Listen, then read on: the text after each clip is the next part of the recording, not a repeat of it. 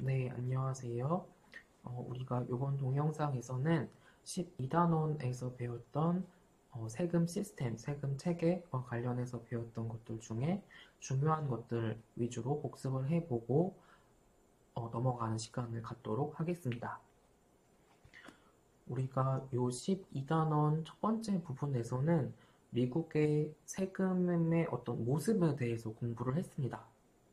그래서 바로 나오는 피겨 1번을 통해서 살펴보았던 것처럼 GDP 대비 Government Tax Revenue가 이렇게 1900년 초반에는 이렇게 한 7% 정도밖에 되지 않았으나 지금으로 올수록 한 30%의 정도에 이를 정도로 세금이 차지하는 비중이 높아졌다라는 것을 살펴보았습니다.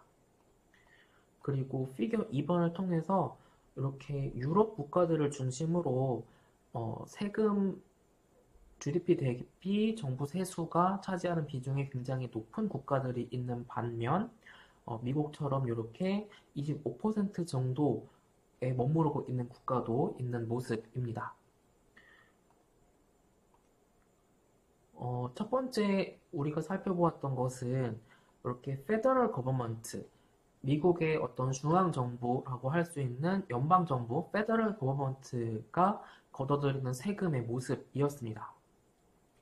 이 연방정부는 전체 세금 수입 중에 3분의 2 정도를 요 연방정부가 세금 수입으로 가져간다라고 합니다. 이 연방정부가 걷는 세금 중에 대표적인 것이 요 인컴 텍스인데 이 인컴 텍스가 가장 많은 비중을 차지한다고 합니다. 그리고 우리가 여기에서 이어지는 부분이 바로 페이롤 텍스, 즉 어떤 근로자들이 급여를 받을 때 거기에 과세되는 세금이 이 페이롤 텍스였습니다. 그런데 이 페이롤 텍스 중에 대부분이 이 소셜 인슈런스 텍스를 차지를 하기 때문에 우리가 앞에 나와 있던 표에서는 이 페이롤 텍스라고 써 있지 않고 이렇게 소셜 인슈런스 텍스라고 써 있는 모습입니다. 그래서 이렇게 페더럴 거버먼트의 경우에는 대부분의 수입을 여기 지금 퍼스널 인컴 텍스 그리고 이어서 소셜 인슈런스 텍스 그리고 세 번째가 이 corporate income tax에서 걷어들이는구나 라는 것을 알 수 있는 모습입니다. 그래서 여기 페이롤 텍스를 가지고서는 이제 뭐 노년층, 취약계층 뭐 그런 분들을 위한 정부 사업을 하는 데 쓴다라고 할 수가 있겠습니다. 그리고 마지널 텍스 레이트라는 것은 우리가 12.2에서 자세하게 나왔었던 용어인데 추가적으로 1달러의 소득이 생길 때 그 중에 정부가 얼마만큼을 세금으로 가져가냐라는 것이 마지널 텍스 레이트였습니다. 이 마지널 텍스 레이트는 여기 피겨 2번을 통해서 만약에 25,000달러를 버는 사람이다. 그러면 이 25,000 중에 9,075까지는 요 10%의 세율이 매겨지고 그 나머지부터 25,000까지는 15%의 세금이 매겨진다. 그래서 지금 이 사람의 경우에는 요 구간에 속해 있기 때문에 이 사람의 마지널 텍스 레이트는 15%라고 할 수 있겠습니다. 그리고 세 번째 부분이 바로 이 corporate income tax였죠. 그래서 이 corporate income tax는 말 그대로 개인이 아닌 기업이 이익을 냈을 때, 영업활동을 해서 이익을 냈을 때 이제 거기에 세금을 내도록 하는 것이 corporate income tax였습니다. 그런데 corporate income tax에서 우리가 이야기했던 것은 바로 이 부분이었는데 뭐냐면 기업이 영업을 해서 이익이 났으면 그것에 대해서 세금을 정부에게 냅니다. 즉 그렇게 하고 남은 것이 있으면 그 나머지 중에 일부를 주주들한테 우리 회사의 주식으로 투자해줘서 감사하다고 디비던드를 배당을 주게 됩니다. 그런데 이 디비던드를 개인 투자자들 아니면 기관 투자자들이 받을 때 이거를 다 그대로 받는 것이 아니고 이것에 대해서 정부한테 배당 소득세를 납부를 하고 그 나머지만 받게 됩니다. 그러니까 이 잘 보시면 정부가 기업이 돈을 벌면서 세금을 한번 정부에게 냈고 또 개인이 배당을 받으면서 배당 소득세를 정부에게 또 냈다. 그러면 이거 세금을 두 번, 즉 이중과세 아니냐라는 비판이 있는 것인데 그렇기 때문에 그래서 이와 같은 배당 소득세에 대해서는 미국의 경우에는 배당 소득세에 대해서는 상당히 낮은 세율을 적용하고 있다라는 것이었습니다. 즉 그리고 페더럴 거버먼트가 걷어들이는 다른 세금들도 있었습니다. 뭐 기름이라든지 담배, 술, 뭐 아니면 관세, 뭐 이런 것들도 페더럴 거버먼트가 걷어들이는 세금이었습니다. 그리고 이어서는 로컬 거버먼트가 걷어들이는 세금이었는데 총 세수입 중에 3분의 2 정도는 아까 페더럴 거버먼트가 가져가고 이제 그 나머지 3분의 1, 약 40% 정도를 로컬 거버먼트가 가져간다라고 합니다. 그 중에 로컬 거버먼트는 이 세금 수입 중에 많은 부분이 어디로부터 오냐면 이렇게 세일즈 텍스, 개인들이 물건을 살 때 그렇게 돈을 쓸 때 물건 하나 살 때 내는 세금인 세일즈 텍스 그리고 땅이나 뭐 건물 뭐 주택 같은 거를 가지고 있으면 내는 세금인 재산세에 대해서 이렇게 하는 것이 로컬 거버먼트 세금 수입 중에 많은 부분을 차지한다라는 것이었습니다. 그리고 다른 부분은 로컬 거버먼트는 또 어떠한 수익이 있었냐면 미국의 경우에 여러 주들이 있습니다. 그런데 캘리포니아 주처럼 상대적으로 그 수입이 좀 높은 주가 있고 그렇지 않고 뭐 알래스카처럼 상대적으로 좀 수입이 낮은 주들이 있습니다. 그러면 연방 정부가 소득이 높은 주들로부터 어떤 뭐 세금을 일부 걷어서 소득이 낮은 주들도 똑같이 국민들을 위해서 정부 사업을 해야 되니까 그렇게 소득이 낮은 주들한테 어떤 펀드 그러니까 뭐 자금을 지원해주는 부분이 있다. 그래서 로컬 거버먼트의 경우에는 이렇게 페더럴 거버먼트로부터 어떤 보조금 받는 부분이 있다라는 것이 또 있었습니다. 그리고 나머지 부분들이 뭐 부수적인 것들이 뭐 정부 소유의 길이라든지 다리를 건널 때 내는 통행세, 아니면 대중교통의 요금, 뭐 이러한 것들이 로컬 거버먼트의 수입에 해당하는 부분이었습니다. 그래서 테이블 3번을 통해서 보면 로컬 거버먼트의 경우에는 이렇게 세일즈 텍스가 가장 많고 그 다음에 프로퍼티 텍스 그리고 페더럴 거버먼트도 이렇게 인컴 텍스를 개인과 기업에게 부과를 했었지만 로컬 거버먼트가 또 개인과 기업에게 부과하는 인컴 텍스가 있구나 라는 것도 알 수 있었습니다. 그리고 앞서서 바로 말씀드렸던 것처럼 페더럴 거버먼트가 로컬 거버먼트를 지원해주는 부분이 한 22% 정도 된다라는 것이었습니다. 이렇게 12.2 부분으로 넘어와서 우리는 12.2에서 세금과 세금의 효율성 그리고 12.3 부분에서 세금과 어떤 형평성이라는 것에 대해서 살펴보았습니다. 그래서 이렇게 세금과 관련한 정책을 실행하고 집행하는 사람들은 세금 체계의 이렇게 형평성과 효율성에 고민을 하게 됩니다. 세금을 공평하게 형평성 있게 걷어야 하고 또 세금 자체도 비용인데 국민들이 그 과정에서 어떤 보이지 않는 비용, 뭐 시간이라든지 노동력이라든지 그러한 것이 최대한 덜 들도록 해야 된다라는 숙제를 안고 있는 것이 이 폴리시 메이커들, 정부 정책 결정자들이라고 할 수 있겠습니다. 세금의 경우에는 우리가 앞에 단원에서 공부를 이미 했었던 것처럼 세금이 없었을 때 대비해서 세금이 생기게 되면 소비자들은 물건 가격이 올랐다라고 생각을 하게 됩니다. 그리고 이 뒤에 화면에서 살펴보았었는데 정리를 깨끗하게 그냥 가장 정리를 하면 세금을 없다가 만들게 되면 정부의 세금 수입이라는 것이 새로 생기게 되는 거죠. 그런데 세금이라는 것이 컨슈머 서플러스를 떨어뜨리게 한다라는 것이 살펴보았었습니다. 그래서 이렇게 정부 세금 수입보다 컨슈머 서플러스 떨어지는 것이 훨씬 커요 라고 하면 이제 거기에서 이렇게 데드웨이트 로스가 발생한다 라는 것 그래서 세금의 어떤 물론 세금을 걷어서 정부가 정부의 어떤 여러 가지 공공 서비스를 제공해야 되는 일을 해야 되지만 이런 세금이라는 것에서 대도인 로스가 발생한다라는 문제가 있었습니다. 그래서 우리는 이 12.2에서 텍스와 efficiency에서 그래서 효율적인 세금 시스템이라고 한다면 이 경제적 손실이라고 할 수 있는 대도인 로스를 최소화한다. 그리고 세금과 관련한 어떤 행정적인 부담, 이게 비용일 수도 있고 시간, 돈 보이지 않는 것들 이러한 것들을 최소화하는 것이 efficient한 텍스 시스템이라고 할 수 있겠습니다. 이와 같이 세금이라는 게 없다가 있게 되면 소비자들 그리고 이 물건과 관련한 선택을 앞둔 사람들의 어떤 행동과 선택을 왜곡시키게 된다라는 문제가 있습니다. 그리고 우리가 이 뒤에 있는 화면에서 먼저 봤던 것처럼 물건 그리고 앞 단원에서 공부했던 것처럼 세금이 없었다면 물건을 사려고 했던 사람들이 세금이 있게 되면 그 물건을 아예 소비를 안 하게 되는 부분이 있기 때문에 이렇게 경제적인 손실, 데드웨인 로스가 발생한다. 그래서 자원의 비효율적인 분배가 이루어진다라는 것을 알 수 있었습니다.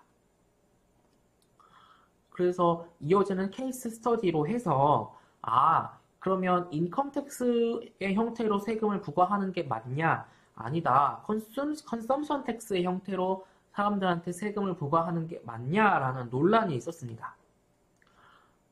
이와 같은 지금의 세금 시스템, 미국의 지금 현재의 세금 시스템은 조금 더 사람이 소득이 발생할 때 과세를 하는 인컴 텍스 시스템에 더 의존을 하고 있는 모습입니다. 그러니까 물건을 살 때가 아니라 그냥 소득이 생길 때 세금을 매기게 되니까 정부가 세금을 너무 많이 매기게 되면 뭐할로 열심히 일을 하려고 하겠어요. 그리고 정부가 또 세금을 많이 걷어들이니까 뭐할로 저축을 열심히 하려고 하겠어요.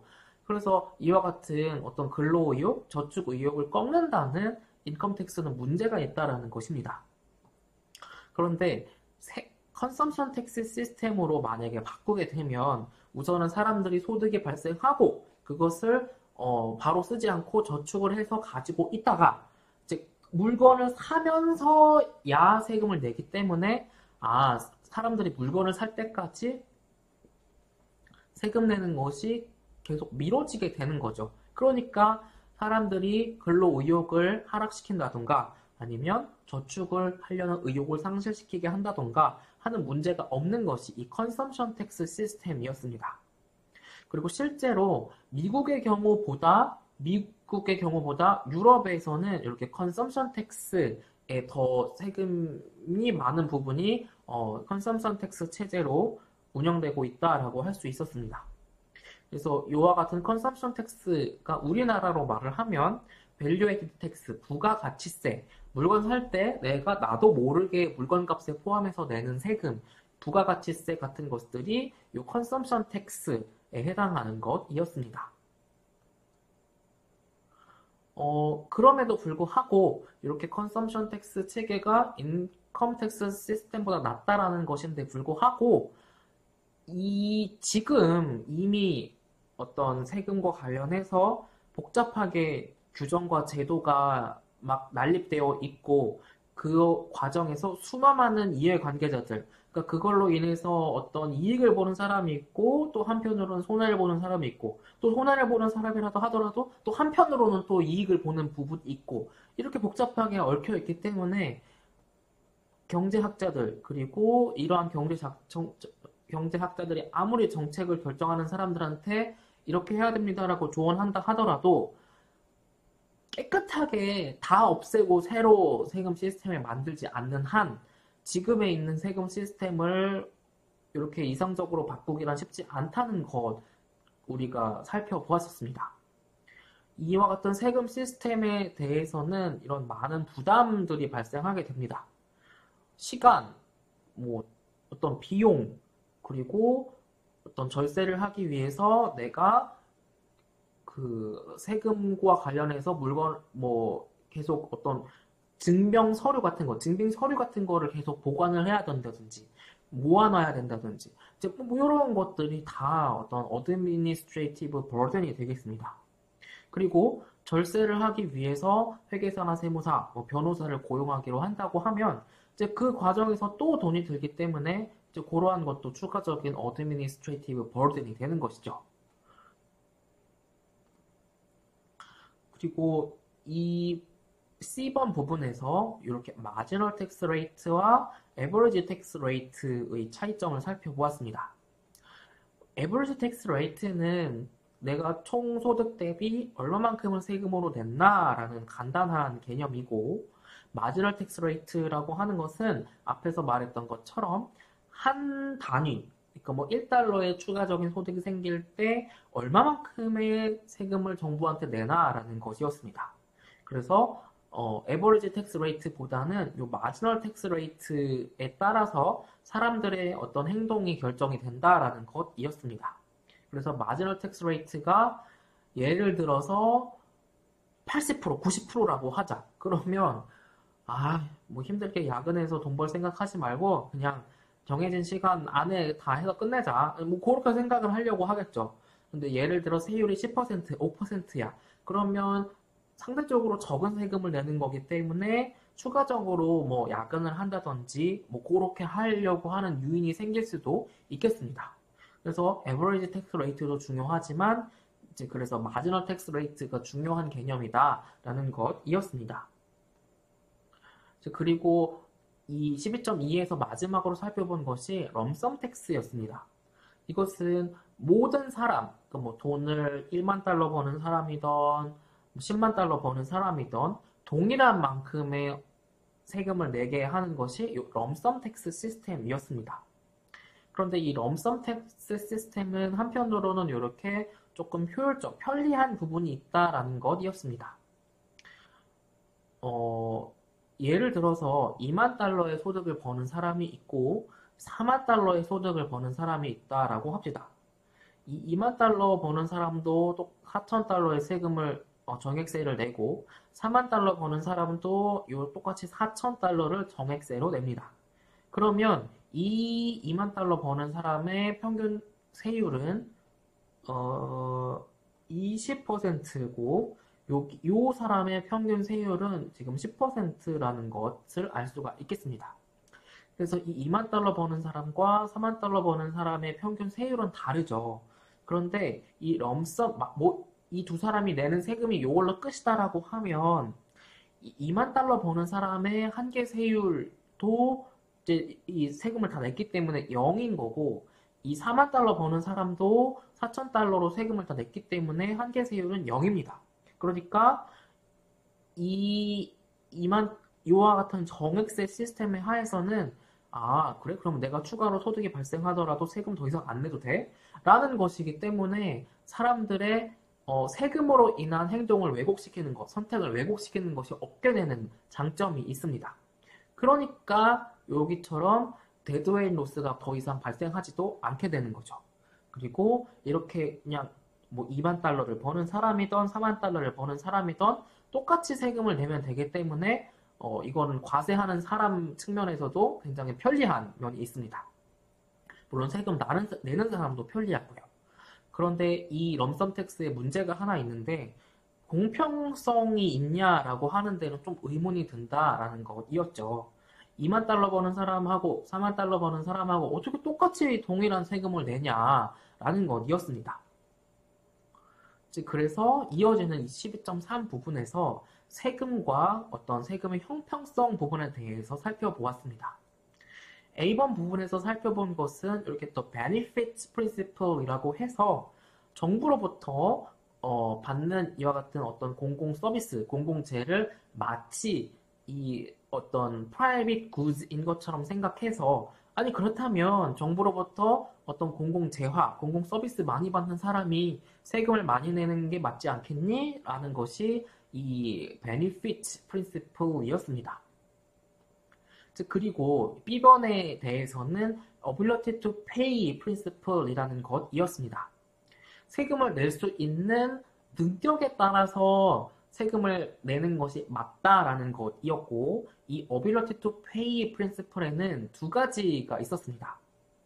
바로 첫 번째가 vertical equity라는 것이었는데, 세금을 더 낼 수 있는 사람은, 네, 세금이 더 낼 수 있는 사람은 더 부담을 하는 게 맞다라는 것이 이 vertical equity였습니다.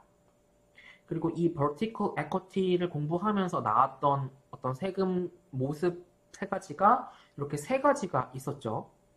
여기 proportional tax의 경우에는 high income taxpayer나 low income taxpayer나 동일한 비율의 세금을 내는 것이 proportional tax였고, 소득이 높아질수록 더 높은 세율을 부담하게 되는 것이 이 progressive tax, 우리나라 말로 하면 누진세였습니다. 즉, 그리고 그렇지 않은 것이, 물론 high income taxpayer가 low income taxpayer보다 내는 세금 총량은 많지만 소득이 올라갈수록 세율은 떨어지는 모습이 이 regressive tax였습니다. 그래서 이렇게 테이블 4번을 통해서 보면 동일한 비율의 세금을 내냐, 더 세율이 높은 거를 부담을 하냐, 아니면 이렇게 세율이 오히려 떨어지냐라고 하는 것이 이렇게 우리가 살펴본 세 가지 텍스 시스템이었습니다. 네, 그리고 또 horizontal equity를 살펴보기 전에 이 케이스 스터디에서 살펴보았던 것은 미국의 세금 부담이 어떤 모습으로 이루어지고 있는지를 살펴보았습니다. 그래서 우리가 여기서는 이렇게 소득에 따라서, 가구의 소득에 따라서 소득이 가장 많은 퀀타일부터 가장 낮은 퀀타일까지 해서 5개 그룹으로 나눠서 살펴보았었고, 표 5번에 나와 있는 것처럼 로이스트 퀀타일, 세컨드 미들, 그리고 가장 소득이 높은 계층, 그리고 소득이 정말 높은 1%가 각각 이 정도의 세율을 적용받고 있고, 총 소득 중에 속하는 사람들이 요만큼의 소득을 가져가고 있구나. 그리고 전체 내는 세금 중에 요 퀀타일에 속한 사람들이 요만큼의 세금 어떤 부담 기여를 하고 있구나라는 것을 이렇게 테이블 5를 통해서 살펴보았습니다. 그런데 추가적으로 여기 부분 플러스해서 살펴보았던 것이 요 마지막 화면에서 소득이 낮은 계층은 정부로부터 어떤 공공재, 세금 환급 아니면 어떤 차상위 계층을 위한 어떤 보조금 같은 것들을 받는 부분이 있습니다. 그러니까 그거는 말을 하면 마이너스의 세금을 낸다라고 할 수도 있겠죠. 그래서 저소득인 계층은 정부한테 내는 세금, 그리고 정부로부터 받는 어떤 보조금, 공공 혜택 같은 거를 다 똔똔을 하고 나면 오히려 정부로부터 받는 게 더 많을 수도 있겠다라는 것. 그래서 이 트랜스퍼, 정부의 이전, 어떤 보조금 같은 거의 이전을 통해서 세금이 상쇄되는 것까지도 실제로는 살펴봐야 한다라는 것까지 이야기를 했었습니다.